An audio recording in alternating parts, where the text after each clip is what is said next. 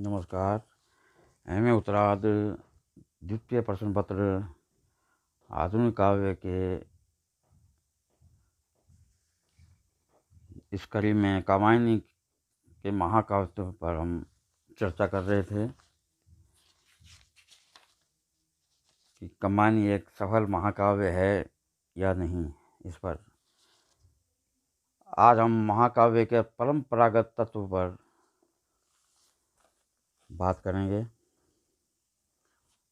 महाकाव्य का आरंभ शास्त्रीय दृष्टि से महाकाव्य का आरंभ मंगलाचरण या सामाजिक उपादेयता को ध्यान में रखकर सज्जन स्तुति अथवा खल निंदा द्वारा होना चाहिए, लेकिन कामायनी में इस परंपरा का निर्वाह नहीं किया गया है।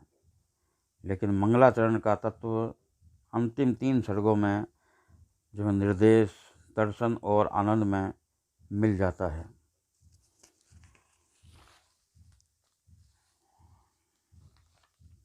कामायनी की आरंभिक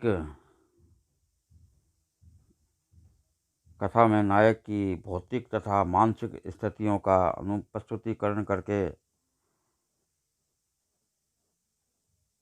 रचना की गई है, जिनमें प्रलय के बाद अंतिम बचे हुए देव तथा प्रथम मनुष्य के सामने क्या क्या समस्याएं उपस्थित थी। हिमगिरी के उत्तुंग शिखर पर बैठ शिला की शीतल छां एक पुरुष भीगे नयनों से देख रहा था। प्रलय प्रवाह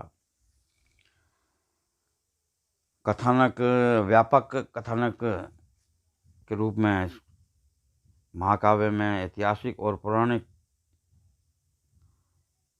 कथा का समावेश रहता है जो प्रसिद्ध रही हो। उसमें नायक के चरित्र का विकास करने के लिए प्रासंगिक कथाएं भी होनी चाहिए। कामायनी में इतनी व्यापक और कथा को एक निश्चित क्रम में श्रृंखलाबद्ध किया गया है। जीवन का सर्वांगीण कथानक कामायनी में बंधा है। मनुष्य की विनाश के बाद जो मनुष्य चिंता कातुर है, नारी का समर्पण भाव श्रद्धा में है, जो पुरुष को निरंतर ऊंचा उठने की प्रेरणा देती है। बुद्धि चातुर्य से सभ्यता की रचना प्रेरणा ईड़ा में और विनाश के उद्यम किलात आकुली में मौजूद है।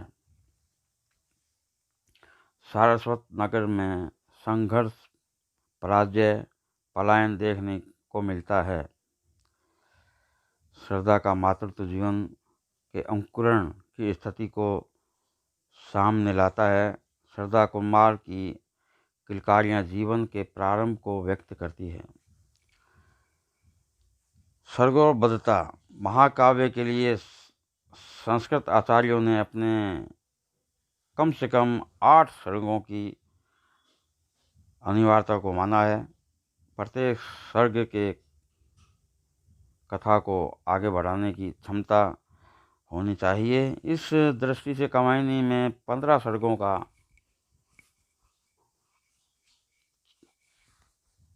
समायोजन किया गया है, जो प्रत्येक कथा को निश्चित दिशा में आगे बढ़ाते हैं।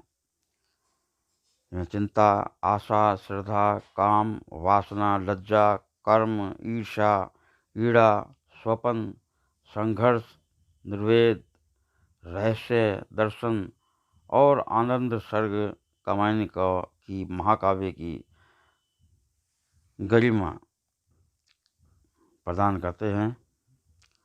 नायक के रूप में महाकाव्य के नायक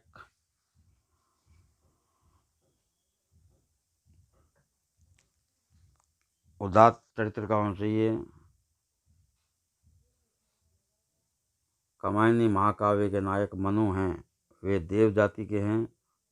तथा उच्च कुल में उत्पन्न धीरोदात्त है। जब वे ईड़ा को प्राप्त करने के लिए आतुर रहते हैं और उसका समस्त दुलार प्राप्त करना चाहते हैं, तब उसकी स्थिति धीर ललित नायक की हो जाती है। तथा जब ईड़ा पर अधिकार करने के लिए वे बल प्रयोग करते हैं, तब धीरोदात्त नायक के रूप में सामने आते हैं। मनु के द्वारा यह स्पष्ट किया गया है कि मनुष्य तामसी राजसी प्रवृत्तियों से ऊपर उठकर सात्विक वृत्तियों को प्राप्त कर सकता है। यही कारण है कि प्रसाद ने कामायनी के नायक मनु में उदात्त, अनुदात्त, साधारण, विशेष आदि सभी गुणों को दिखलाने का प्रयास किया है। रस योजना महाकाव्य में श्रृंगार, विष और शांत रस में से किसी एक अंगी और अन्य उसके सहयोगी होने चाहिए। महाकाव्य में इन तीनों रसों के महत्व को देखा जा सकता है। कामायनी महाकाव्य में शांत रस मुख्य रस बनकर उभरा है। कामायनी के आरंभ में ही मनु साधन करते सुर शमशान से ऊपर उठकर विश्वदेव सविता का पूषा की जिज्ञासा के साथ, हे अनंत रमणीय, कौन तुम, के गंभीर भावों से भरे दिखाई देते हैं, जो श्रद्धा की प्रेरणा से चिति से विराट वपु मंगल में आनंद का संघान करने का प्रयास करते हैं। छंद योजना की दृष्टि से महाकाव्य अवाद परवाह आचार्यों ने एक सर्ग में एक ही छंद का प्रयोग की बात की है, लेकिन सर्ग के अंत में छंद परिवर्तन को भी आवश्यक माना जाता है। इसी प्रकार छंद परिवर्तन के द्वारा अगले सर्ग के प्रति उत्सुकता का सृजन भी किया जाता है। इस दृष्टि से कामायनी में प्रसाद ने प्रत्येक सर्ग में अलग अलग छंदों का प्रयोग और संपूर्ण सर्ग में एक ही छंद प्रयोग के नियम का निर्वाह नहीं किया। अधिकतर सर्गों में वही छंद आया है जिससे सर्ग का आरंभ हुआ था। ईड़ा सर्ग संपूर्ण गीतों से संपन्न है, तो निर्वेद में गीत के साथ अन्य छंद भी है। प्रकृति चित्रण का सौंदर्य भी मानव चेतना को बहुत प्रारंभ से ही आकर्षित करता रहा है। कामायनी जैसे उदात्त महाकाव्य की विस्तृत पृष्ठभूमि में उन्हें प्रकृति के विभिन्न कोमल कठोर रूपों का चित्रण करने का मौका मिला है। कथानक का विकास ही प्रकृति के आंचल में हुआ। हिमालय के उत्तुंग शिखर पर बैठा एक पुरुष भीगे नयनों से ऊपर हिम और नीचे जल का प्रवाह देख रहा था।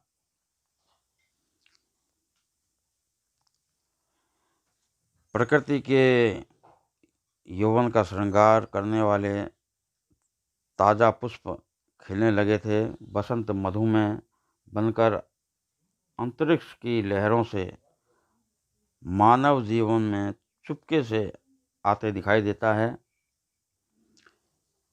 युग जीवन की अभिव्यक्ति कामायनी में प्रसाद जी ने आधुनिक की ज्वलंत समस्याओं का चित्रण किया है। विदेशी प्रभाव से भारत में विलासिता का उदय हो रहा है। देव संस्कृति की भोगमयता मानवों में भी मनुष्य के माध्यम से उभर रही थी। वैज्ञानिक और भौतिक उन्नति से वर्ण वर्ग भेद, सामाजिक असमानता, संघर्ष, ऊंच नीच, भेद और असंतोष को जन्म मिलेगा। सारस्वत नगर की यंत्र सभ्यता, वैज्ञानिक उत्थान और अंत में संघर्ष से सर्वनाश होना इसी युग के सत्य को प्रकट करता है। उद्देश्य की व्यापकता।